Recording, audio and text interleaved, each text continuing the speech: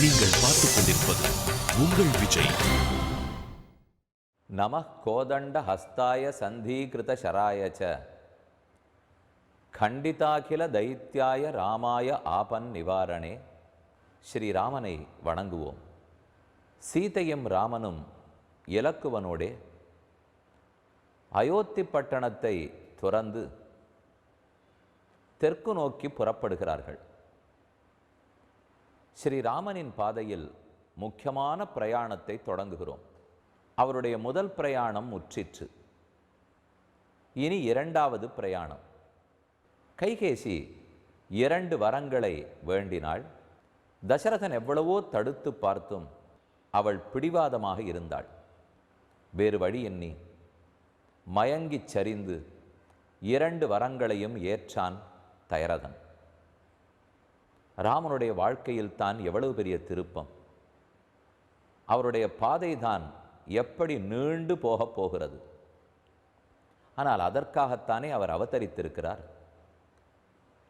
குலசேகரர் 10 பாடல்களால் தம்முடைய பெருமாள் திருமொழி என்னும் பிரபந்தத்தில் ராமன் காடேகி போவதைக் கண்டு தசரதன் புலம்பிய புலம்பலாக பாடுகிறார். வெவ்வாயேன் வெவ்வுற கேட்டு இருநிலத்தை வேண்டாதே விரைந்து வெண்ணி மைவாயக் களிரொழிந்து தேரொழிந்து மாவொழிந்து வனமே மேவி நெய்வாய வேல் நெடுங்கண் நேரிழையும் இளங்கோவும் பின்பு போக எவ்வாறு நடந்தன எம்மி ராமாவோ. எம்பெருமான், என் செய்கேனே? ராமா, நீ முன்னால், நடுவிலே சீதை, பின்னால் இலக்குவனென்னு எப்படித்தான் நடந்தீர்களோ? நேற்று வரை மெல்லணமேல் முன்துயின்னாய் இன்னினி போய் வியன் காண மரத்தின் நீழல் கல்லணமேல் கண் துயிலக் கற்றனையோ காகுத்தா கரிய கோவே. நேற்று வரை உனக்கு இல்லாத சொகுசு இல்லை. எப்பேற்பட்ட பட்டுமெத்தையில் படுத்துறங்கினாய். இன்னைக்கு ஓர் இலை கூட இல்லாமல் உதிர்ந்திருக்கும் பட்ட மரத்துக்கு கீழே கல்லையே அணையாக கொண்டு கையையே தலையணையாக கொண்டு தூங்குகிறாயாமே, எப்படி முடிகிறது என்றெல்லாம் தயரதன் புலம்பினான். ராமன் தேரில் ஏறினார். சுமந்திரன் தேர ஓட்டுகிறார். தெற்கு நோக்கி குதிரைகள் தலைதெறிக்க ஓடின. மக்களெல்லாரும் பின்தொடர்ந்து அழுது கொண்டு வந்தார்கள். போகாதே போகாதே என்றனர் பலர், நில் என்றனர் பலர், நம்மையும் கூட்டி போய் என்றார்கள் சிலர். இப்படி ஊரே திரண்டு ராமன் பின்னே வந்தது. முதல் நாள் இரவு நதிக்கரையிலே போய் தங்கினார்கள். ராமன் பார்த்தார், இனி இந்த மக்களை நம்மோடு தொடரவிட்டால் இவர்கள் காட்டையே நாடாக்கி விடுவார்கள். நாம் கொடுத்த வரம் என்னாவது? ஆகவே எப்படியாவது இவர்களிடத்திலிருந்து விடுபெற்று போக வேண்டும். ராமனுக்குத்தான் அது மனசுக்கு ஏற்குமா? ஆனாலும் வேறு வழி இல்லை. கொடுத்த வாக்கை காப்பாற்றியாக வேண்டுமே. ராமன் சுமந்திரனிடத்தில் நள்ளிரவு பொழுதில் கூறுகிறார், சுமந்திரா, தேரை வடக்கு நோக்கி செலுத்து. நான் வரவில்லை, இங்கேயே இருக்கிறேன். தேர் தடத்தை பார்த்து நாம் வடக்கு நோக்கி அயோத்திக்கு போய்விட்டதாக மக்கள் நினைப்பார்கள். சிறிது தூரம் ஓட்டிச் சென்ற பிற்பாடு தேரை திருப்பி கொண்டு வந்துவிடு. நான் தேரில் ஏறிக்கொண்டு மேலும் தெற்கு நோக்கி போகிறேன். காலை எழுந்திருந்த மக்கள் நம்மை காணாமல் தேடுவார்கள். ராமன் சொன்னபடிக்கே நடந்தது. ஏமாற்றிவிட்டு தேரை தெற்கு நோக்கி திருப்பி கொண்டு போனான். காலை எழுந்திருந்த மக்கள் தேடினார்கள். தேர் தடம் வடக்கு நோக்கி இருந்தது. ராமன் திரும்ப போய்விட்டான் போலும் என்ன அவர்களும் அயோத்தி நோக்கி சென்றார்கள். ஆனால் உண்மையில் ராமன் தெற்கு நோக்கி வந்தார். 3 நதிகளை கடந்தார். வேதஸ்ருதி ஆச்சரியமான நதி, 2வது கோமதி என்னும் நதி, 3வது ஸ்யந்திகா என்னும் நதி. இம்3 நதிகளையும் கடந்தார். ஸ்ருங்கிபேரபுரம் என்னும் இடத்தை அடைந்தார். குகனுடைய இடம், கங்கை சுழித்து கொண்டு ஓடும் இடம். குகன் பல படகுகளுக்கு சொந்தக்காரன், வேடர் குலத்துக்கு தலைவன், சிறந்த வில் வீரன், பெரிய தோழினன், பெரும் பணக்காரன். அந்த பணம் மற்றொன்றல்ல, பக்தி என்னும் பெரும் பணம் படைத்தவர். இனி ராமனுக்கும் குஹனுக்கும் தோழமை ஏற்பட போகிறது. அதுவே குஹ சக்கியம். அனைவரும் சேர்ந்து கழிப்போம், அங்கேயே செல்வோம்.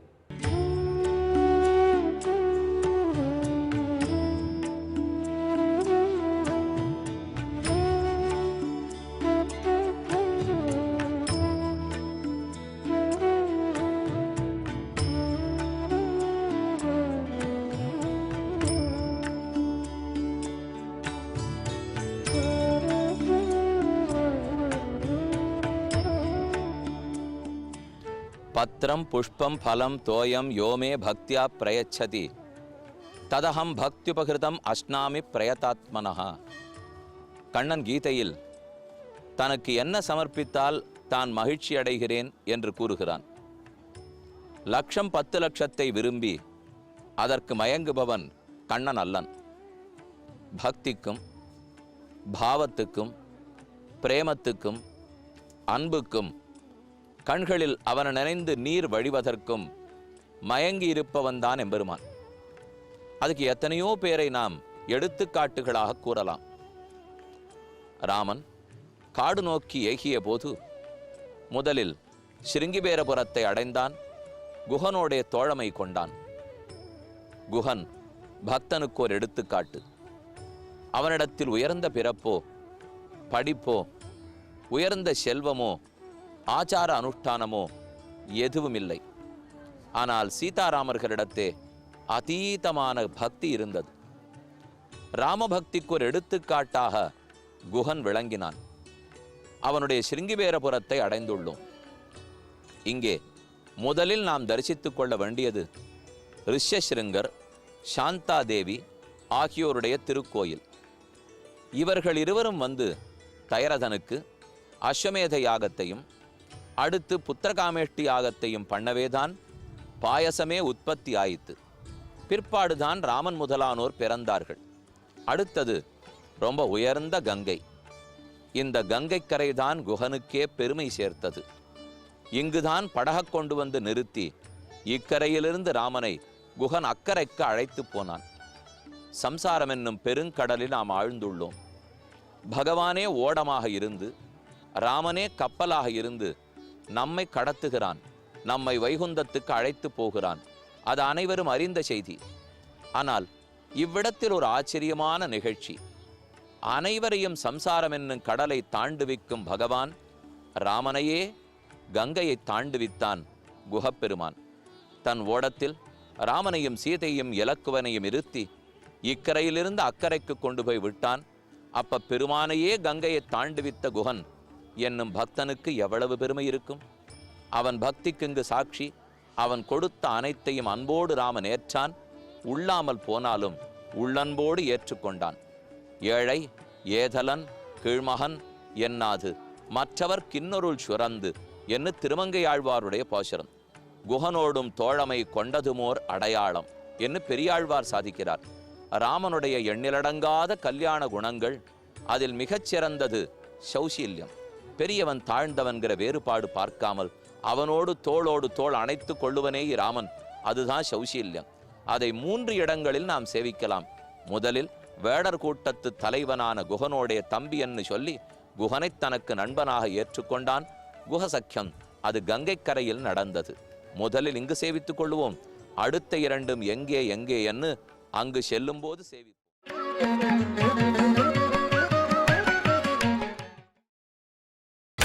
நீங்கள் பார்த்துக் கொண்டிருப்பது உங்கள் விஜய். குஹனுடைய இடமாம் சிருங்கிபேரபுரத்தில் உள்ளோம். இவ்விடம் காண்பதற்கு மிக ரமணீயமாய் மனத்தை அபகரிக்கக்கூடியதாய் உள்ளது. நாம் யாருக்குமே இந்த இடத்துக்கு வர வேணுங்கிற ஆசை கண்டிப்பாக வரும். குஹனுடைய கதையிலிருந்து ராமன் அவனோடே தோழமை கொண்டதிலிருந்து என்ன கருத்து கிடைக்கிறது? நாமாக போய் பகவானை கிட்டுவதா, அல்லது பெருமான் ஒரு தாயைப் போல் நம்மை தேடி வந்து அரவணைத்துக் கொள்வதா? இரண்டில் எது நடக்கும்? அதற்கு ஒரு கதை தெரிய வேண்டும். பூனை பூனைக்குட்டி, குரங்கு குரங்கு குட்டி.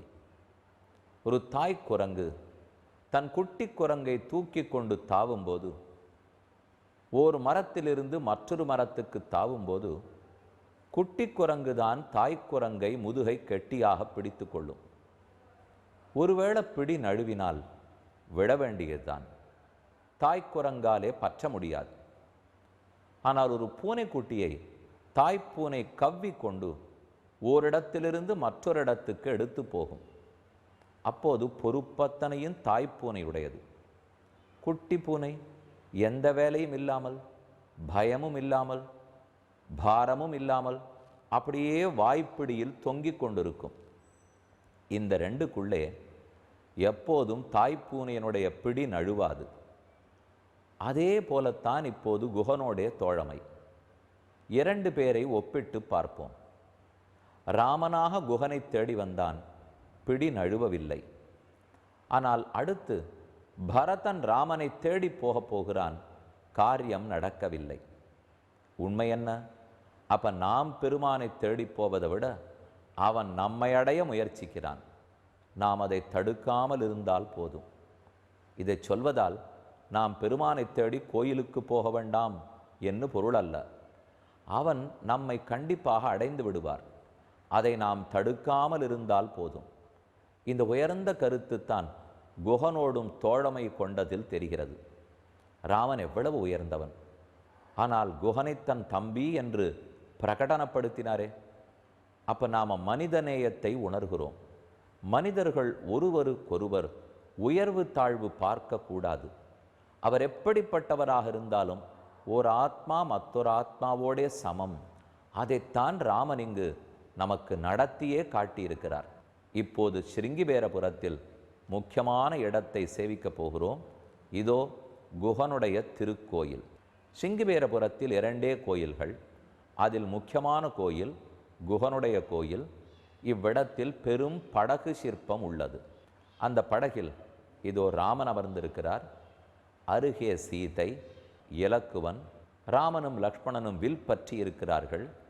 இவர்களை கங்கையை தாண்டி அழைத்து போன குகன் அவரும் அருகே இருக்கிறார். இந்த படகை ஓட்டக்கூடிய கேவட், அதாவது படகோட்டி, அவரும் இந்த இடத்தில் உள்ளார். பார்த்தாலே கண்கொள்ளா காட்சி. எப்படிப்பட்டவனும் எப்படிப்பட்டவனும் சமமாக அமர்ந்திருக்கிறார்கள். ராமன் சக்கரவர்த்தி திருமகன், எவ்வளவு பெரும் பணக்காரன், மெத்த படித்தவன். ஆனால் அதை பற்றியே நினைக்காமல் தோளோடு தோள் கையிட்டு கொண்டு குகனோட சேர்ந்து அமர்ந்தார். குகன் கொடுக்கதையெல்லாம் பெற்றுக்கொண்டார். குகனை ஆசீர்வதித்தார். குக, ஒரு நாள் இரவு உன்னோடு தங்குகிறேன், நாளை விடை பெற்று போவேன். அப்போது புறப்பட்டு போனதுதான் இந்த படகு காட்சி போலும். இந்த படகை சேவித்தவுடன் நம் எல்லாருக்கும் ஒரு விருப்பம் ஏற்பட்டது. நாமும் படகு சவாரி செய்ய வேண்டும். அத்தனை பேரும் 600 யாத்ரிகர்களுக்கும் ஆசை வந்து விட்டது. எங்களுக்கும் ஆசை விட்டதா? ஒரு முயற்சி செய்து பார்ப்போம். அங்கிருந்தவை 6 படகுகள். நாங்களோ 600 பேர். ஓரொரு படகோட்டியினிடத்தும் பேசத் தொடங்கினோம். ஒரு பக்கம் பேச்சுவார்த்தை நடந்து கொண்டிருந்தது. அது சற்றே போகட்டும், அப்புறம் எப்படி படகு சவாரி நடந்ததுன்னு சொல்லுகிறேன். இப்போது அடுத்த கோயிலுக்கு செல்வோம். இந்த கோவில் சில படிகள் ஏறி மேலே செல்ல வேண்டும். நாங்கள் போன சமயத்திலே ஒரே மழை இருந்தாலும் மக்கள் அதை பற்றியே கவலைப்படாமல் இந்த பக்கத்தில் சுழித்து கொண்டு கங்கை 1/2 மைல் தூர நீளம் படகோட்டியோட பேச்சுவார்த்தை நடந்து வந்தது. மக்களெல்லாம் மழையை பொருட்படுத்தாமல் மேல் நோக்கி ஏறினார்கள். அங்கே போய் உள்ளே சாந்தாதேவி, ரிஷஸ்ருங்கர் ஆகியோருடைய திருக்கோவில். இவர்களார்? சாந்தாதேவி யார்? ரிஷஸ்ருங்கரார்? அவர்களுக்கு ஏன் இவ்விடத்தில் கோயில் உள்ளது?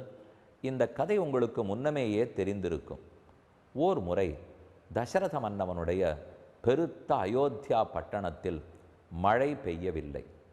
எப்படி பெய்யலாம்? அதேபோல் பக்கத்து நாடு ரோமபாதனுடைய நாடு, அந்த நாட்டில் மழை இல்லை. எப்படி மழை பெய்விக்கலாம்? அப்போதுதான் ரோமபாதனுக்கு மந்திரிகளும் ரிஷிகளும் கூறினார்கள், மன்னா, ரிஷஸ்ருங்கர் என்று ஒரு முனிவர் இருக்கிறார். இளையவர், வயதில் மிக இளையவர், ஆனால் காம எண்ணமே இல்லாதவர், இதுவரை பெண் வாசனையே அற்றவர். அவர் உன் நாட்டில் திருவடிகளை வைத்தால் வானம் அப்படியே கொட்டும், மழை பெய்யும். அவரை போய் அழைத்து வாரும். ஆனால் அவர் எளிதில் வந்து விடுவாரா? உலக வாழ்க்கையிலே அவருக்கு பிடித்தமில்லை. விபாண்டகன் என்னும் ரிஷியினுடைய தவ புதல்வர் அவர். ஆனால் எப்படியோ மன்னன் சில பேரை அனுப்பி ரிஷசிருங்கரரை தன் நாட்டுக்குள் வரவழைத்தார். அவர் வந்தவுடன் மழை ஓஹோவென்னு கொட்டித்து. இறுதியாய் ரோமபாதன் தன்னுடைய மகளான சாந்தா தேவியை ரிஷசிருங்கருக்கு கல்யாணம் பண்ணி கொடுத்து நன்கு வாழ்க்கை நடத்தி வந்தார்கள். அந்த ரிஷசிருங்கர் தான் தசரதனுக்கு பிள்ளையில்லா குறை தீர்க்க புத்திரகாமேஷ்டி யாகம் பண்ணுவதற்காக அயோத்திக்கு வந்தார். அவர் செய்து கொடுத்துத்தான் ராமன் லக்ஷ்மணன் முதலானோரே பிறவி எடுத்தார்கள். அந்த சாந்தா தேவியும் ரிஷசிருங்கரையும் தான் இந்த இடத்தில் தரிசித்துக் கொள்கிறோம். அழகான கோவில், சாந்தமான திருவுருவம், மேலேயே கோயிலை வலம் வரலாம். அங்கே நின்று கொண்டு பார்த்தால் எவ்வளவு பெரிய கங்கை, அருகிலே இருக்கும் அத்தனை படகுகள், துறை எல்லாவற்றையும் கண்ணார கண்டுகொண்டோம்.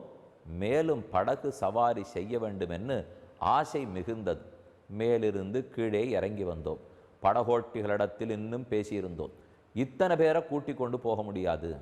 ஒரு படகில் 20 பேர் 30 பேர் ஏறலாம். ஆனால் நீங்களும் 600 பேர் இருக்கிறீர்கள்.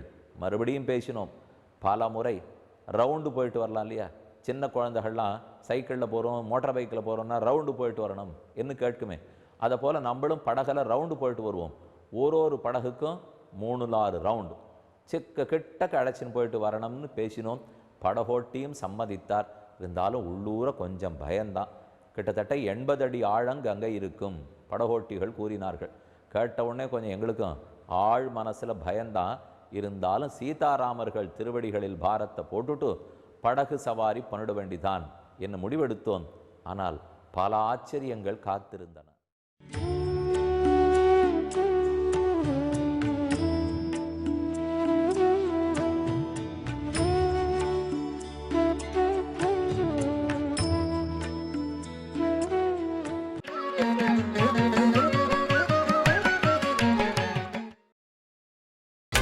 நீங்கள் பார்த்துக் கொண்டிருப்பது உங்கள் விஜய். ஏழை ஏதலன் கீழ்மகன் என்னாதுன்னா என்று குகன் சொல்லிக் கொள்ளாமல் இருக்கும் போது அவனை ராமன் கை கொண்டான். குகப்பெருமான் இங்கு வந்தவுடன் காய்கனிகள் எல்லாம் கொண்டு வந்து சமர்ப்பித்தார். இல்லே குஹா, இது வேண்டாம்னு ராமன் மறுத்துட்டான். அப்புறம் ஒரு நாள் இரவு இவ்விடத்தில் தங்கின ராமசையா ஆசிரமத்துக்கு தனியா போய் சேவைக்கு போறோம். அது இங்கேருந்து 2 கிலோமீட்டர் தூரம் போகணும். இந்த படகுகள் முழுக்கத்துக்கு அவன் தான் சொந்தக்காரனா. எவ்வளோ பிரார்த்தித்தான் குகன், ராமா நீ இங்கேயே என்னோட இருந்துடு, இங்க இருந்தா என்ன இருக்குன்னு ராமன் கேட்கிறார். தேனுள தினைமாவுள ஆட கங்கை புனருள. தீர்த்தமாடணுமா, கங்கையில ஜலம் இருக்கு. குடிக்கணுமா, தேன் இருக்கு. சாப்பிடணுமா, தினை மாவு இருக்கு. வேலை செய்யறதுக்கு ஆள் வேணுமா, நான் இருக்கேன். அப்படி வச்சு இந்த இடத்த விட்டு நீ போகவே வேண்டாம், காட்டுக்கு தானே வரணும், நீ காட்டுக்கு வந்துட்டேன், அதனால இங்கேயே இருந்துரு என்று குகன் பிரார்த்திக்கிறான். ஆனா ராமனுக்கு இங்கு இருப்பதற்கு விருப்பம் இல்லை. அப்ப குகனிடத்துல விடை பெற்று கொண்டு, இல்ல குஹா, திரும்பி வரச்சே நான் உன்னை பாக்குறேன், கூடவே இருந்துட்டா ரொம்ப ரசிக்காது. என்னதான் வேண்டிவாளா இருந்தா கூட ஒருத்தர் முகத்தையே ஒருத்தர் 25 வருஷம் பார்த்துட்டோம்னு வச்சுங்க, அது கணவன் மனைவியா இருந்தா கூட கொஞ்சம் விருப்பத்தா இருக்கும். வேற முகத்தையா பார்க்க முடியும்? அதே பிள்ளை, அதே அப்பா, அதே அம்மா, அப்படியே தானே இருந்தாலும். அதனாலதான் ராமன் சொல்றார், துன்பு உளது எனி நன்னோ சுகம் உளது, துன்பமிருந்து பிரிவிருந்தாத்தான் குஹா சுகமே இருக்கும். 14 வருஷங்களை 14 நிமிஷமா கழிச்சுட்டு வந்துடுறேன், காத்து கொண்டு சொன்னபடிக்கு திரும்ப வந்தார். பரத்வாஜ ஆசிரமத்துல இறங்கி விட்டார். அவர் ஒரு நாள் தங்கி விட்டார் ராமன். வாஸ்தவம். அப்ப குகனுக்கு என்னாச்சு? இப்போ அப்படி விட்டுடல ராமன். ஹனுமான பரதனை பாதுகாக்க அனுப்பும் போது ஹனுமன்னு குகனிடத்துல விஷயத்தை சொல்லிட்டு போ, ஏன்னா திரும்பி வரச்சே நான் வரேன்னு குகனுக்கு வாக்கு கொடுத்துருக்கேன், அதனால அவரிடத்துலயும் சொல்லிட்டு போன்னு ஞாபகம் வச்சுக்கிறார். அது குகனுக்கு ரொம்ப பேர் ஆனந்தம். நான் ஒண்ணுமில்லாத ஏழை ஏதலன் சக்கரவர்த்தி திருமகன் போய் என்னமோ ஒரு வார்த்தை சொல்லிட்டு போயிருந்தா, ஆச்சு அன்னைக்கு சொன்னேன், இன்னைக்கு திரும்பி போறேன் அப்படின்னு ராமன் ஒரு நாளும் பேசினவன் அல்லன். ஆக குகன் இவ்விடத்திலே தோழமை பூண்டான். அவனை தன் தம்பின்னு சொல்லிக் கொடுக்கிறான். இது ராமனுக்கும் குகனுக்கு நடந்த சக்கியம். இதைத்தான் குஹ சக்கியம்னு சொல்றோம். இந்த இடம் வரைக்கும் தான் சுமந்திரன் தேரோட வந்தார். இதை தாண்டி அக்கறைக்கு குகன் அழைச்சுன்னு போயிட்டார்.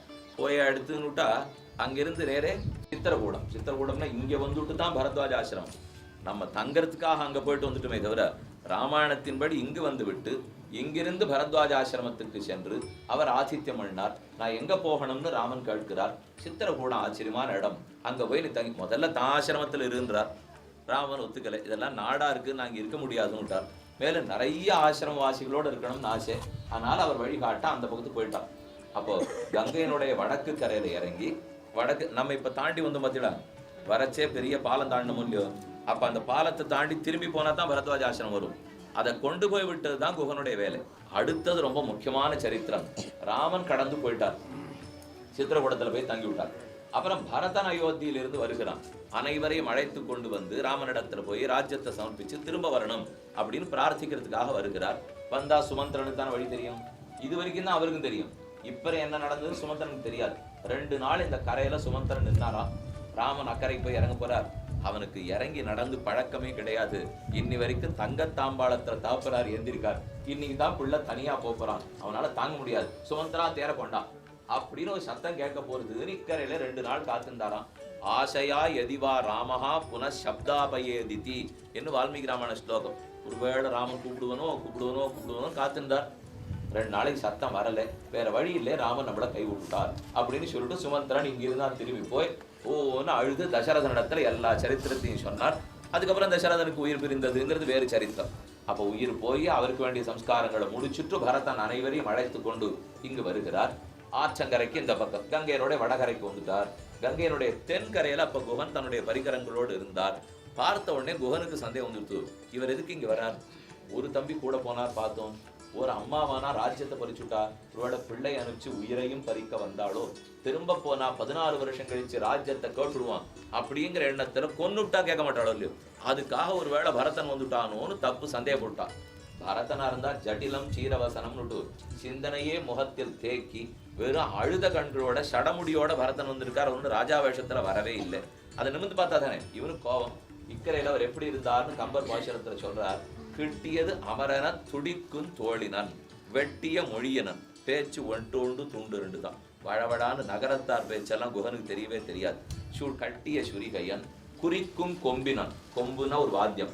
உடனே பரதன் கண்ட பட்ட உடனே கொம்பு வாத்தியத்தை எடுத்து ஊத ஆரம்பிச்சு, பக்கத்துல வேடர்கள் எங்கெங்குள்ளார்களோ எத்தனை ஆயிரம் பேரோ அனைவரும் இங்கு சேர வேண்டும். இந்த அயோத்தி படை விடத்தை தாண்டி ஒரு நாளும் நான் போக விட மாட்டோம் அப்படின்னு உறுதிமொழி எடுத்துக்கொண்டு தோள்களை தட்டி, நமக்கு ரொம்ப நாளா இந்த தோளுக்கு தகுந்த சண்டை கிடைக்கலேன்னு காத்திருந்தேன், இன்னைக்கு ராமனுடைய படையோடையே சண்டையிட வேண்டிய நிர்பந்தம் ஏற்பட்டிருக்கு. ஒரு நாள் இந்த பரதன் இந்த கங்கை கரையை தாண்டி போவதற்கு முடியாது. அப்ப அவன் சொல்லிக்கிறான், ராமன் என் தோல்ல கை போண்டு என்ன தம்பி அன்பன்னு சொன்ன பிற்பாடு அவனை ரட்சிக்கிறதுக்கு 7 பிறவி எடுத்து உயிரை இதே கரையில் விட்டாலும் விடுவேனே தவிர பரதனை ஓரடி இந்த இடத்துல நான் தாண்டி போக விட மாட்டேன். எலியலாம் இப்படை அரவம் யான், என்னமோ பெரிய யானைப்படையை கொண்டுட்டு என்ன வேடன்னு துச்சமா மதிச்சுட்டான் போல் இருக்கு. ஒரு நாள் இவனை தாண்டி போக விட மாட்டேன். இவனாச்சு நாமாச்சு. அவங்ககிட்ட 30,000 பேர் இருந்து நான் 300 பேர் இருந்தாலும் நம்மை தாண்டி இவன் சொல்ல முடியாது அப்படின்னு ரொம்ப தைரியமா இந்த பக்கம் நின்றுட்டு இருக்கார். சுமந்திரன் பார்த்தார், பரதனை அழுகிற அழைச்சின்னு வந்தார். ஒருத்தருக்கு ஒருத்தர் அறிமுகப்படுத்திருக்கணும். இவனையும் அவருக்கு தான் தெரியும், அவனையும் அவருக்கு தான் தெரியும். 2 பேரையும் அறிந்தவர் அந்த மூத்த மந்திரி ஒருத்தர் தான். அப்ப நடுவுல நிறுத்தி வச்சு இந்த குகன் ஆறுன்னு பரதனுக்கு அறிமுகப்படுத்தி வைக்கிறார். கங்கை இருகர உடையான், கங்கையினுடைய 2 கரையும் இவனுடையது தான். நேர பார்த்துங்க, கண்ணு கட்டிய தூரம் வர கரை தெரியல. அந்த கங்கையினுடைய 2 கரையும் குகனுக்கு தான் சொந்தம். அவனுக்கு ஒண்ணு கவலையே இல்லை. கங்கை 2 கரை என்ன நாடே எங்களுது, இவன் என்ன கங்கை கரை வந்து இப்ப அறிமுகப்படுத்துறது, அவனுக்கு பெருசா அது படல. கணக்கிறந்த நாவாயன், எண்ணில்லாத கப்பல்களுக்கு முதலாளி வந்தான். இக்ஷ்வாக்கு பூமிக்கே முதலாளி நாங்க தான். இது என்ன சின்ன குகன் என்ன பரதன் அதுக்கு நிமிந்து பார்க்கல. அப்புறம் தான் சுமந்திரன் யோசித்தார், ஓ இவருக்கு பிடிச்சதா சொன்னா தான் இவர் நிமிந்து பார்ப்பார் அப்படின்னுட்டு, உங்கள் குலத்தனி நாதற்கு உயிர் துணைவன், உங்கள் குலத்தனி நாதன் ராமன் ராமன் ராமன் உயிரோடைய பரதா, அவனுக்கு உற்ற துணைவன் இவன் தான், இவனைத்தான் உனக்கு அடுத்த தம்பின்னு சொல்லிட்டு போயிருக்கான் அப்படின்னு சொன்ன உடனே தான் நிமிந்தே பார்த்தான் பரதன். அப்ப கண்ணும் கண்ணீருமான பரதன் கோலம். இந்த பரதனை பார்த்து இப்ப சந்தேகம் வந்துடுத்து குகனுக்கு. ஒரு பக்கமானா கொல்ல வந்தான்னு சந்தேகப்பட்டான். ஆனா முகத்துல பார்த்தா ஒரே கவலைக்கோடா இருக்கு, ஏன் இப்படி வந்தான்னு தெரியல. ராஜா வேஷத்தையே காணும், சக்கரவர்த்தியா இருக்கல, வர்றவாள்லாம் அழுதுன்னு இருக்கா, ஒரே அழுக்கு வேட்டி கட்டின்னு இருக்கா, ஏங்கிறத குகன் யோசிச்சு பார்த்தான், புரியல. பெரிய வில்ல கையில பிடிச்சுன்னு அம்புகளோட நின்றுட்டு இருந்தானா குகன். இவனை பார்த்த உடனே தன் வில் கையில் இன்னும் இடையில் வீழ, தன்னிடையே வில்லு கையிலேருந்து கீழே விழுந்துட்டு பார்க்கறச்சே அவனுக்கு தோணித்து, ஏ பரத, சிந்த செய்யில் யோசிச்சு பார்த்தாலும் ஓர் 1000 ராமர் நின்கள் ஆவரோ தெரியணும்மா. 1000 ராமர்களை தராசு தட்டுல ஒரு பக்கத்துல வச்சு பரதனை இன்னொரு பக்கத்துல வச்சாலும் பரதன் தட்டு தான் வசந்திருக்கும், ராமன் தட்டு தாழ்ந்துதான் இருக்கும். என்ன குஹன் பரதனை பத்தி ஓஹோன்னு கொண்டாடின இடம் இவ்விடம். குஹனுக்கே ஒரு தனிச்சிறப்புனால் ராமனை அவன் சேவித்தவுடன் இந்த பாட்டுல திருவங்கியாழ்வார் சாதிக்கிறார், மாழமான் மடநோக்கி உன் தோழி உம்பி எம்பி. சீதை பக்கத்துல இருக்கிறாள் இல்லையோ, ஏ குஹா, இந்த சீதை உனக்கு தோழிங்கிறார். இங்க இருக்கிறவன் வேடன், ஸ்ரீ மகாலட்சுமியினுடைய அவதாரம், அவ செல்வ சீமாட்டி அப்படி வளர்த்திருக்காரு ஜனகர். யாரோ ஒரு வேடனை பார்த்து சாமான்யமா யோசிக்கணும், அப்படியே ஒரு வேடன் ஆண்மகனுக்கே எல்லாரோடையும் தோழமையா இருக்கணும் நினைச்சா கூட பெரிய இடத்துலேருந்து வந்திருக்கிற ஸ்திரீகள்லாம் அதெல்லாம் ஒரு நாள் ஏற்க மாட்டான். இவர் யாரையோ கைப்பிடிப்பறா, அவளுக்கு நான் தோழியா என்னத்துக்குதுன்னு தோணிப்படும் இல்லையோ. ஆனா அப்படி நினைக்கவே இல்லை சீதை. மாழமான் நடநோக்கி உன் தோழி, இவளும் தோழி, உன் தோழி மடநோக்கி சீதே, இவனை நீ முதல்ல கட்டாட்சிங்கிறார் ராமன். நீயே கட்டாட்சிங்கிறதே நான் எதுக்கு பண்ணணும்னா, பக்ஷபீடீம் மது விஜயினோ பூஷயந்தீம் ஸ்வகாந்தியா என்ன தேசியம் ஸ்ரீஸ்துதியினுடைய முதல் ஸ்லோகத்திலே தெரிவிக்கிறார். பிற பெருமானுடைய திருமார்பில் அமர்ந்து கொண்டு அதுக்கு பெருமை சேர்க்கிறாளோ இல்லையோ, அவள் கட்டாட்சம் முதல்ல கிடைச்சாதான் பகவானுடைய கட்டாட்சம்.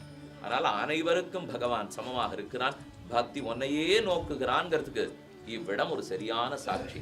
ஆனா அந்த பக்திங்கிறது ஏதோ அப்படி ஆக்கும்னு நம்ம நினைச்சிடத்துக்கு கிட்டக்கவே நாம இல்லை. அவனிடத்துல இருந்த பக்தி எங்கேயோ இருக்கிற பக்தி, அதுல ஒரு துளியாவது வரணும்.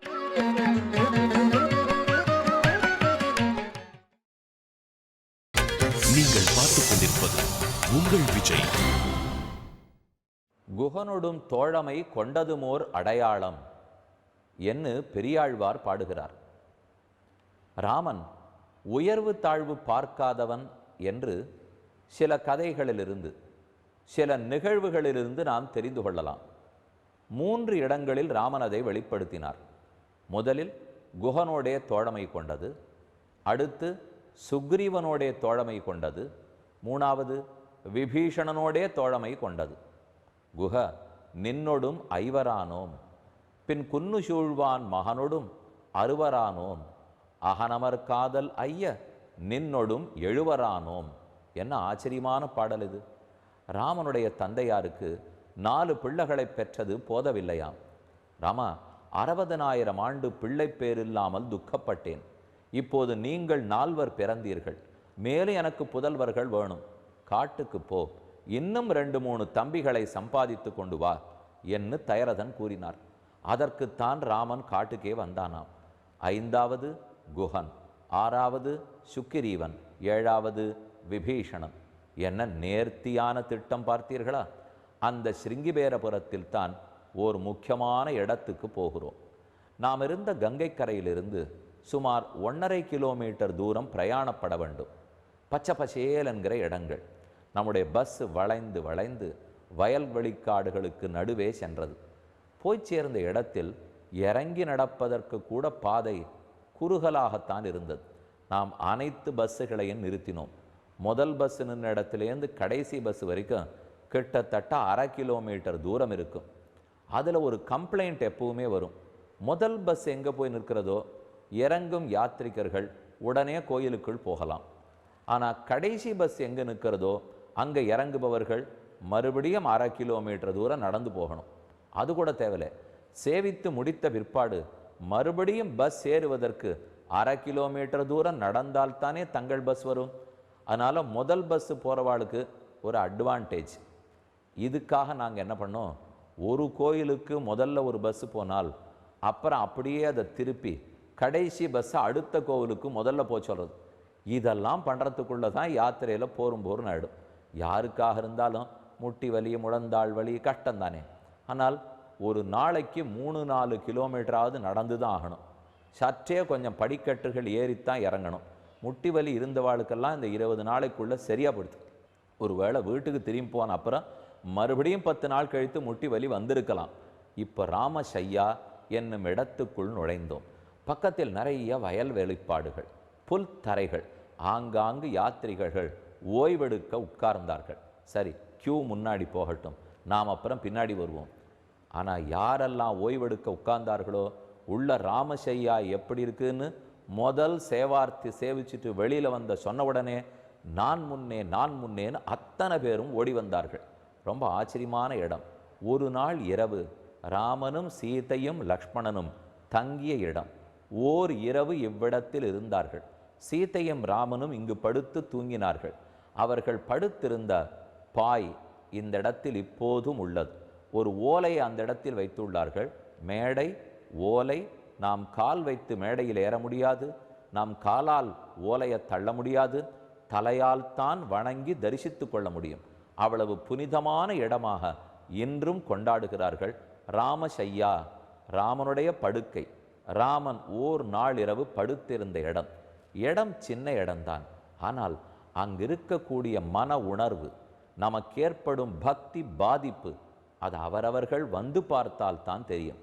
அவ்விடத்துக்கே போவோம், அந்த கட்டத்தை பாராயணம் செய்வோம். இந்த இடத்தினுடைய மகாத்மியம் என்ன என்பதையும் கேட்போம்.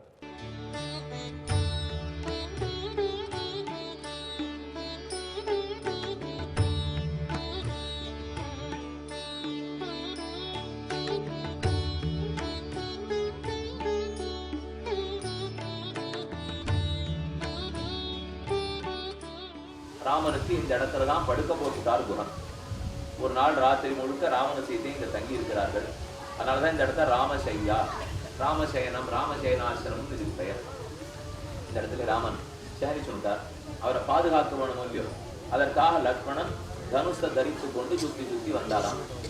அந்த மூலையிலேருந்து இருக்காருங்கிறத இங்க இருக்கிறவா சொல்றார். அப்படி பார்த்துட்டு இருந்திருக்கார். அப்போ குகனுக்கு ஒரு சந்தேகம் ஏற்பட்டது. ஒரு தம்பி தான் ராஜ்யத்தை பறிச்சுட்டார், இன்னொரு தம்பி கூடவே வந்திருக்காரே, ராமன் தூங்கச்சே இவர் தூங்க மாட்டேங்கிறாரே, இவர் ஏதானு மழுவரோ அப்படின்னு அவனுக்கு ஒரு சந்தேகம். அதனாலதான் லக்ஷ்மணனை பார்த்து அடுத்த சர்க்கத்துல சொல்றார், லக்ஷ்மணா, ராமனுடைய திருவடி பக்கத்தில் உனக்கும் ஒரு படுக்க போட்டிருக்கேன், நீயும் படுத்துக்கோ, நீயே ராஜகுமாரன் தானே, உனக்கும் ஆயாசமா இருக்கும், படுத்துக்கோன்னு பிரார்த்திக்கிறார். ஆனா அதை மறுத்துட்டான் லக்ஷ்மணன். இந்த ராமன் திரும்ப நாட்டுக்கு எழுந்துருளி தன்னுடைய மஞ்சத்துல சயனிக்கிற வரைக்கும் இந்த கண்களுக்கு தூக்கம் இல்லை. அதனால நான் தூங்குறதா இல்லைன்னா சந்தேகம் குகனுக்கு வருத்துடு. எப்ப தூங்கவும் மாட்டேங்கிறானோ என்ன பண்ணுவோம்னு ராத்திரி முழுக்க 2 பேரும் தூங்கிட்டு இருக்கா. லக்ஷ்மணன் சுத்தி சுத்தி வரார். லக்ஷ்மணன் திருவடி பதித்த இடத்திலெல்லாம் குகப்பெருமான் தங்கால வச்சு நடந்து வரார். அவர் தொண்டர்களும் அவரை சுத்தி சுத்தி வந்திருக்கா. 2 பேர் நிம்மதியா தூங்கிட்டு இருக்கா. மற்றபடி எல்லாரும் அவாவா அடி வச்ச இடத்திலே அடிமேல் அடி வைத்து நடந்து வந்தார்கள். பிள்ளை லோகாச்சாரியர் விசாரிக்கின்றார், லக்ஷ்மணன் கூட பிறந்த தம்பி தாராளமா முழிச்சுட்டு இருக்கட்டும், மற்ற பேர் கூட முழிச்சுட்டு சுத்தி சுத்தி வருவாளானா, ஒரு நாள் முகத்திலே விழித்தாரை வடிவழகு படுத்தும் பாடுன்னு சாதிக்கிறார். ராமனுடைய திருமகண்டலத்தில் ஒரு நாள் நாம் முழித்தோம்னால் அந்த அழகு நம்ம படுத்துற பாடுதான் ராத்திரி முழுக்க இவ எல்லாரும் பட்டது. தாசரதியான ராமன் சீதையோட கூட கீழே படுத்துட்டு இருக்கிறத பார்த்துட்டு உண்டோ கண்கள் துஞ்சுதலேன்னு ஆழ்வார் அண்டாளுடைய பாசனம் வந்து, அதை போல என் கண்களுக்கு தூக்கம் வராது, சக்கியா நித்ராமயாலத்தும் ஜீவிதம் வா சுகானிவா, என்னுடைய ஜீவனமோ சுகமோ எல்லாம் ராமனை சார்ந்தது, அவர் திரும்ப எழுந்துட வேண்டும். அவரே தரையில படுத்து நான் பார்த்தது கிடையாது. ஒருவேளை அவர் தரையிலே வசிஷ்டரிடத்தில் குருகுலத்தின் போது சயனித்துக் கொண்டிருந்தாலும் என் மதனியார் தரையில படுத்து நான் பார்த்ததே கிடையாது. ஏன்னா அவள் பிறந்ததோ ஜனகுலத்தில், புகுந்ததோ ஜசகுலத்துக்கு மனாட்டு பெண்ணாக. அவள் போய் கீழே படுத்துருக்கிறது நமக்கு தாங்கலே. அதனால திரும்ப போய் அவர்கள் தங்கள் படுக்கையில சயனிச்சுக்கிட்டோம். அப்போதுதான் நமக்கு தூக்கம். லக்ஷ்மணன் இங்கிருந்து கொண்டு சுற்றி சுற்றி வந்து காத்தார். இது இந்த சர்க்கத்தில் இருக்கிறது. இதே போல பின்னாடி பரதன் வருகிறார், அவரும் இதே இடத்துக்கு வந்து தங்குகிறார். இது ரொம்ப ஆச்சரியமான ஒரு ஸ்லோகம். காட்டிலே சுற்றி திரியக்கூடிய குகன், அந்த குகன் பரதனை இவ்விடத்துக்கு அழைச்சின்னு வந்தார். என்னென்ன ராமன் என்னென்ன வந்தார், என்ன பண்ணார்னு சரித்திரம் சொல்லிட்டு இருக்கார். அப்ப இந்த இடத்தை காட்டிட்டு இங்குதான் சீதாராமர்கள் சேனிச்சிருந்தார். இந்த கதையெல்லாம் பரதனுக்கு குகன் சொல்லிட்டு இருக்கார். அப்ப ராத்திரி முழுக்க லக்ஷ்மணன் முழித்திருந்து காத்தான். பரதா, என்ன ஆச்சரியம் தெரியுமா, அந்த தம்பி லக்ஷ்மணன் தான் என்னவா கைங்கரியம் பண்றான் அப்படின்னு குகன் சொல்லுகிறார். இதை வால்மீகி பார்த்தவர் தெரிவிக்கிறார். யார் பெருமை யாரிடத்துல போய் சொல்லிக்கிறோம்? இவருடைய அண்ணன் பரதன், ராமனுக்கு தம்பி பரதன். நேற்றுக்கு தான் லக்ஷ்மணன் ஆறுங்கிறதே குகனுக்கு தெரியும், இன்னைக்கு தான் பரதன் ஆறுங்கிறதே குகனுக்கு தெரியும். அப்படி இருக்கிறச்சே லக்ஷ்மணனுக்கு என்ன பெருமை உண்டு பரதன் இடத்துல போய் சொல்லிக்கிறதுனால் லக்ஷ்மணஸ்ய மகாத்மனா பரதாய அப்பிரமேயாய. சரி, சொல்லப்படுற சரித்திரமான சாமானியப்பட்டவனுடையதா லக்ஷ்மணனுடையது, கேட்டுக்கிறவரான சாமானியப்பட்டவரா பரதன், சொல்றவனாலும் ரொம்ப உசர்ந்தவனா குகோ ககன கோச்சரா. காட்டிலே சுத்தி திரியக்கூடிய குகன் போய் அப்பிரமேயமான வைபவத்தை படைத்த பரதனிடத்தே மகாத்மாவான லக்ஷ்மண வைபவத்தை சொல்லியிருக்கணும்னால் அதுக்கு நம்ம பூர்வர்கள் விசாரிச்சுன்னு சமாதானம் சொல்றார். இதுதான் காரணம். என்ன ராமானுகிரகம், அவனிடத்துல அத்தனை பக்தி இருக்கு, பக்தர்களுக்குள் ஏது பாகுபாடு. அந்த பக்தி குகனிடத்தில் இருந்துருதுன்னு சொன்னால் பரதனா இருந்தாலும் தன் தம்பியா ஏற்றுக்கொண்டு தனக்கு சமம்னு தான் நினைக்க போறாரே தவிர நாம் என்ன சொந்த தம்பி இவன் என்ன வந்த தம்பி அப்படின்னு நினைப்பது கிடையாது அல்லவா. ராமனுடைய பார்வையில எல்லாரும் சமமானவர்கள் தான். அந்த விஷயத்தை அந்த ஸ்லோகத்திலேருந்து நாம தெரிந்து கொள்ளலாம்.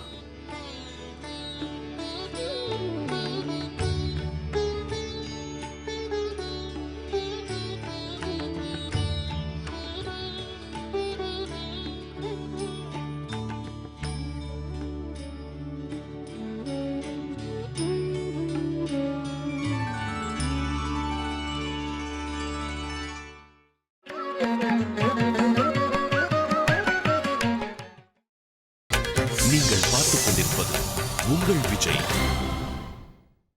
ஸ்ருங்கிபேரபுரத்தில் ராமன் ஓர் நாள் இரவி தங்கியிருந்த இடத்தை தரிசித்தோம். ராமனை சுத்தி சுத்தி பாதுகாவலாக இலக்குவன் நடந்தது, குகன் நடந்தது, குகனுடைய தொண்டர்கள் நடந்தது. அனைத்து கதைகளையும் கேட்டுக்கொண்டோம். அங்கிருந்து பிரிய மனவில்லாமல் பிரியாவிடை பெற்றுக்கொண்டு மெதுமெதுவே வண்டிகளில் ஏறினோம். வரும் வழியிலேயே அமர்த்தி வைத்து அனைவருக்கும் பிரசாத விநியோகம். குகனிடத்தை தரிசித்தது, ராமனை பற்றி கேள்விப்பட்டது, நன்கு வயிற்றில் பசி, அனைவரும் வயிறார உண்டோம். திரும்ப இன்னும் படகு சவாரி மிச்சம் இருக்கிறதே, அதை விட்டு வைத்திருக்கிறோம். சீக்கிரத்தில் புறப்பட வேண்டும். மாலை வந்துவிட்டால் அலகாபாத் திரிவேணி சங்கமம் போவதற்குள் இருட்டிவிடும். அதனால் சீக்கிரம் வாங்கோ. நம்ம சீக்கிரம் வாங்கோன்னு சொன்னால் யாத்ரிகர்களுக்கு பிடிக்காது. ஆனால் நம்ம சொல்லாமல் போனால் யாருக்கும் கிளம்புறதுக்கு மனசே இருக்காது. அதனால் அப்பப்போ தட்டி கொடுக்கணும். அப்பப்போ கொஞ்சம் கடிஞ்சும் கூற வேண்டும். அவர்கள் கோபிச்சுக்கிறாப்பில் இருந்தால் நம்ம இறங்கிவிடணும். அவர்கள் ரொம்ப அட்வான்டேஜ் எடுக்கிறாப்பில் இருந்தால் நம்ம கொஞ்சம் வேகமாக போங்கோன்னு சொல்ல வேண்டியதான். யாருக்கும் நின்று நிதானமாக சேவிக்கணும்னு தானே ஆசை இருக்கும். மறுபடியும் அனைவரும் வண்டியில் ஏறி கங்கை கரைக்கு வந்தோம். படகு சவாரி தயாராக இருந்தது. அவரவர்கள் ஏறி அமர்ந்தோம். ஒத்தொத்தருக்கும் கூத்து, கும்மாளம், பஜனை. 20-30 பேர் படகுல ஏறி அமர்ந்து ஒரு சுத்தி வருவதற்குள் அவரவர் ராமனை பற்றின பஜனை, சீதையை பற்றின பஜனை, குகனை பற்றின பஜனை, கம்பராமாயண பாடல், வால்மீகி ராமாயண பாடல், என்னென்ன ராமாயணத்தை பற்றின பாடல்கள் தெரியுமோ அனைவரும் பாடிக்கொண்டே வந்தார்கள். அதுவும் பல பேர் படகில் குடை பிடித்து கொண்டார்கள். மழை பெஞ்சின்றே இருக்கு. அதனால் குடையும் பிடித்து கொண்டு அவள் ஏறின வேகத்தில் ஒரு சுவாமி ஓங்கி தானே படகுல குகன்னு நினைத்து கொண்டு குதித்தார். குதித்த வேகத்தில் நடுவில் போட்டிருந்த சுக்கான் ஒன்று அருந்து நேர் அவர் கீழே விழுந்து தொடைக்கருகிலே பெரியஷா குத்தி ஒரே ரத்தம். என்ன பண்ணுறதுன்னு பயந்தோம். கூடவே வந்திருந்த வைத்தியரம்மா ஒருத்தர் உடனே தன் கையில் இருந்த ஊசி நூல் எல்லாத்தையும் எடுத்து அங்கேயே ஓரமாக அமர்த்தி கிடுகிடுகிடுன்னு அவருக்கு தையல் போட்டு நாங்களாம் ரொம்ப பயந்தோம். இவ்வளவு ரத்தம் போகிறதே, என்ன ஆகுமோ? ஒன்றும் ஆகாது, ஹனுமான் இருக்கிறார், நம்மை காப்பாற்றி கொடுப்பார். ஒரு நாளும் ராமன் பின்னே வந்த நமக்கு எந்த தீங்கும் நேராது. அவருக்கு சட்டென்று தையல் போட்டுட்டு அலகாபாத்துக்கு ஹாஸ்பிட்டலுக்கு அழைச்சின்னு போய் அவரை செக்கப் பண்ணிவிட்டு நாம் இருந்தால் நம்ம வீட்டில் இருக்கிறச்சே மட்டும் இது நடந்திருந்தா அடுத்த 10 நாள் ரெஸ்ட் எடுத்திருப்போம். ஆனால் அந்த சுவாமி 1.5 மணி நேரம் போனார், அலகாபாத்தில் செக் பண்ணிட்டார். ஒரு நாள் ரெஸ்ட் எடுக்கணும்னு டாக்டர்கள்லாம் சொன்னார்கள். ஆனால் அவர் பதில் சொல்லிட்டார், ஒரு நாள் கூட ஒரு இடத்த கூட நான் விடுறதா இல்லை, அடுத்தது திரிவேணி சங்கமத்துக்கு போயாகணும், நான் சரியாத்தானே இருக்கேன். ஆம், ஒரு நாள் ஓய்வு, ஒரு ஓய்வும் வேண்டாம், ஜெய் சீதாராம் என்று சொன்னார். உடனே வந்து கோட்டியில் சேர்ந்து கொண்டார். கடைசி வரைக்கும் அவர் கோட்டியோடு தான் வந்தார். இதை போல் ஆங்காங்கு சட்டுன்னு சில ஆரோக்கிய குறைவுகள் நிகழும். ஆனால் மிருத சஞ்சீவனமான ராமநாமம், அமுதத்தை ஒத்த ராமநாமம், போகிற உயிரை கூட தக்க வைக்கும் ராமநாமம், அதை சொல்லி கொண்டு தான் போக வேண்டும். அதன் நம்பிக்கையிலேயே சென்றோம். படகு சவாரி இனிது நிறைவேறிற்று. ஸ்ருங்கிபேரபுரத்திலே விடை பெற்று கொண்டு குகனிடத்தும் விடை பெற்று கொண்டு புறப்பட்டோம். ராமாயணத்தின் கதைப்படி பார்த்தால் குகன் ராமனை கங்கைக்கு அப்பால் கொண்டு போய் விடுகிறார். ராமன் பரத்வாஜாசிரமத்தை அடைந்தார். இதோ நாமும் மெதுவே வண்டிகளில் ஏறி அலகாபாத் என்று கொண்டாடப்படும் பெரும் இடத்தை அடைகிறோம். மகாநகரம். ஒரு 20-25 கிலோமீட்டர் பிரயாணப்பட்டு ஊருக்குள்ளே வந்தவுடனேயே ஊரோட சலசலப்பு, கலகலப்பு, என்ன ஒரு சிட்டி. அந்த சிட்டி வாழ்க்கைக்கு என்ன வேகம் இருக்குமோ அத்தனை அந்த ஊரில் வந்த உடனே பார்த்தோம். முதல்ல ஊருக்குள்ளே போகிறதெல்லாம் இருக்கட்டும், பரத்வாஜ ஆசிரமத்தெல்லாம் அப்புறம் தரிசித்து கொள்வோம். நேர பிரயாகைக்கு செல்வோம். ஏன்னா மாலை பொழுது விழும்போல் இருந்தது. அதற்குள் வெளிச்சம் இருப்பதற்குள் பிரயாக சேவிச்சுக்கணும். இன்னும் எங்கள் எல்லாருக்கும் ஆசை பிரயாகராஜ், தீர்த்தராஜ், திரிவேணி சங்கம் என்னெல்லாம் புகழ் பெற்றிருக்கும் சங்கமம். சங்கமம் 3 ஆறுகளுடைய சேர்க்கை, ஆங்கிலத்தில் கான்ஃப்ளூயன்ஸ் என்று கூறுகிறோம். இங்கே 3 ஆறுகள் கங்கா, யமுனா, சரஸ்வதி. இதிலே கங்கையும் யமுனையும் கண்ணுக்கு நேர பூமிக்கு மேலே ஓடி வருகிறார்கள். ஆனால் சரஸ்வதி அந்தர்வாகினியாக பூமிக்கு கீழே வருகிறாள். ஓர் படகிலே ஏறி அமர்கிறோம். நடு இடத்துல போனால் தான் சங்கமிக்கிற இடத்துல நாம் போய் நீராடுவதற்கு முடியும். எத்தனை படகோட்டிகள்! இப்போ தான் குகனுடைய படகோடு வந்தோம், இப்போ மற்றொரு படகில் ஏறி அமர்கிறோம். எல்லாருக்கும் ஆசை மொத்த பேருக்கு அந்த நடு இடத்துக்கு போகணும். அங்கு தான் 3 நதிகளும் சங்கமிக்கிறார்கள். கும்பமேளா நடந்ததே சில மாதங்களுக்கு முன்னால். தை மாசி மாதத்தில் 12 ஆண்டுகளுக்கு ஒரு முறை நடக்கும் கும்பமேளா. 3 கோடி மக்கள் ஒரே நாளில் வந்து இவ்விடத்தில் நீராடினார்கள். சராசரியாக தினப்படி 30 லட்சம் பேர். இறுதி நாள் அன்றைய தினம் 3 கோடி பேர். இந்த இடமா தாங்கித்துன்னு ஆச்சரியமா இருக்கும். இதே இடம்தான். மனம் விஷாலமாக இருந்தால் இடத்துக்கா பஞ்சம்? நம் பாரத தேசத்தில் அனைத்து பக்தர்களுக்கும் பறந்து விரிந்த மனம். ஆகவே எவ்வளவு இட நெருக்கடி இருந்தாலும் அதை ஏற்றுக்கொண்டே வருவார்கள். இது சங்கமம். ஓர் புறத்தில் கங்கை ஆறு வருகிறாள். ஆழமில்லாத ஆறு, தெளிவாக இருக்கக்கூடிய ஆறு, ஆனால் வேகமாக வரக்கூடிய ஆறு. 4 அடி 6 அடி தான் ஆழம். ஆனால் மற்றொரு பக்கம் யமுனை 40லேருந்து 50 அடி ஆழம். சற்றே வெளிர் பச்சை நிறத்தில் இருந்தாள், நிறைய கலக்கத்தோடு இருந்தாள், ஆனால் மெதுவான ஓட்டம். ஜமுனா ஜமுனான்னு வடக்கே கூறுவார்கள். இந்த பக்கம் யமுனை, அந்த பக்கம் கங்கை.